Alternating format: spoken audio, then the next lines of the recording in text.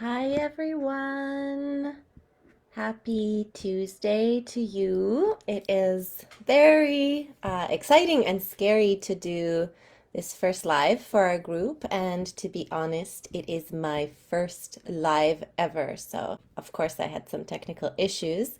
If there's anything that I'll be sharing that might be helpful or inspiring or, just validating for you and your experience, then I know it's going to be worth it.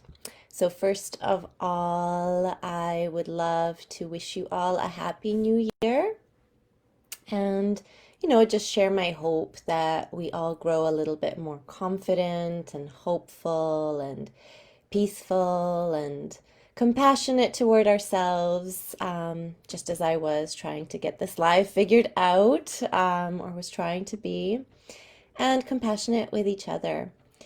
And above all, I hope we learn this year to live with a little less shame every day. And I say this now particularly because our shame is often put under the magnifying glass this time of year. And the holidays can really bring all kinds of joy and memories, but they also bring all kinds of triggers and challenges too, which I'm sure we all can relate to. So, yeah, I'm just wondering if the holidays were a trigger for you in any way.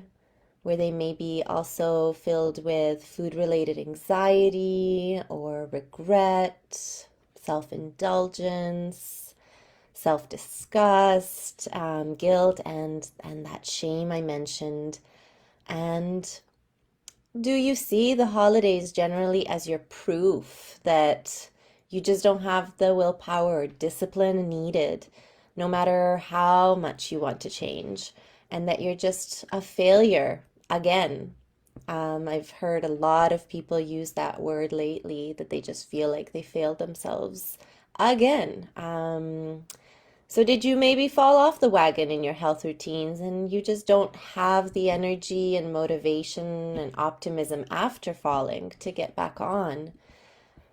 So the thing is, you are not alone and you're definitely not a failure even if you feel like one. And yeah, working on that relationship with food and yourself right now, instead of going on some crash diet to fix the mess, is your best bet. And hopefully you were able to take a look at our short course diets and focus to see why those diets are not actually the solution. And it's also possible that you're probably, oh, thanks, Lisa. Yes, too much candy and sugar. Yeah, that you're probably feeling your worst right now. So, right now can also be the best time to learn from this and interrupt a pattern that is probably quite familiar to you. So, yeah, just looking back at the years and past holidays, maybe this is something that has already happened. But the crash that comes after the holiday season affects us not only emotionally, but physically too. And then again, these cold, dark days are the days when it's the easiest to just curl up on the couch and, just give up before you've even tried, even if we have the best of intentions to start the new year right. So very often we start with setting those intentions, and we, right away think, oh, I'm already failing at them. What's the point? And we've set ourselves up.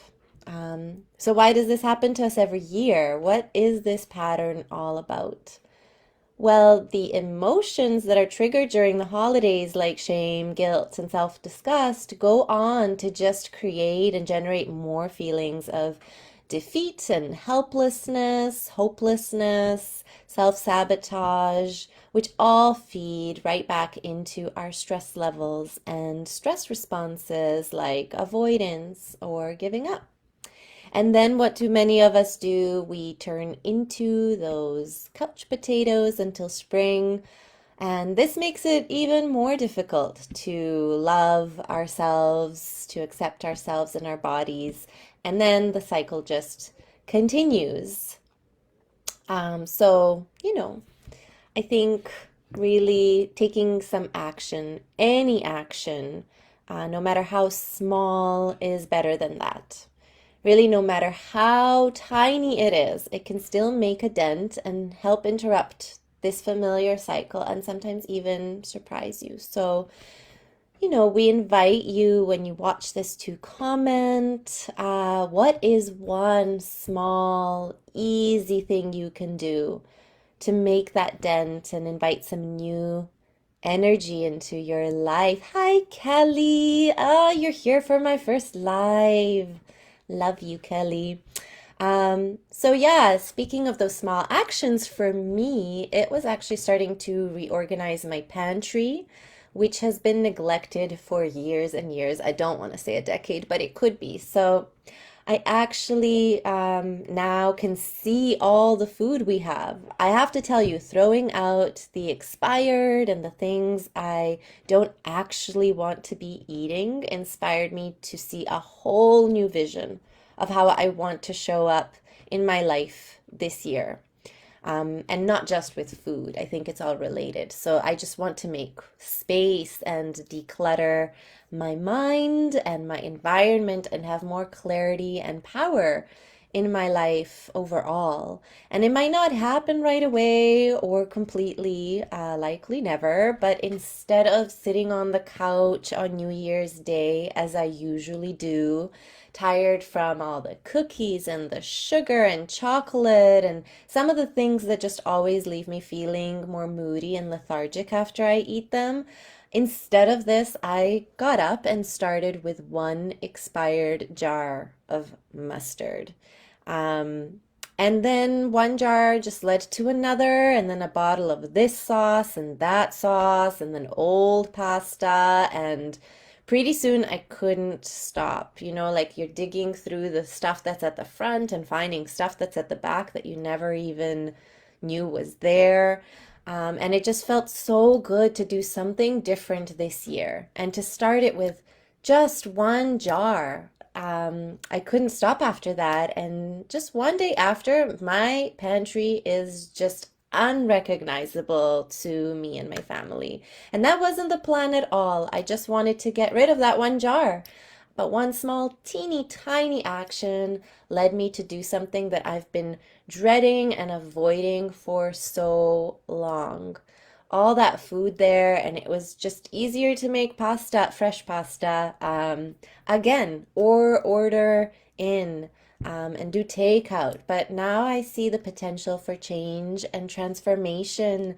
And yeah, I think it's going to trickle into other areas of my life because when we take that action, it just feels good and we just want to keep going. So I want to know what's that thing you can do, that you can do right now as you watch this. And oh, Kelly, not sure why her thumbs up show up as an angry face. Okay, Kelly, I'm glad you're not angry. So yeah, I just ask you all, let us know in the comments what that action that you can take is, and no matter how small. And then maybe, just maybe, get to it and get it done. So thanks for watching and not actually being angry, Kelly. And yeah, let us know in the comments. Bye, everyone.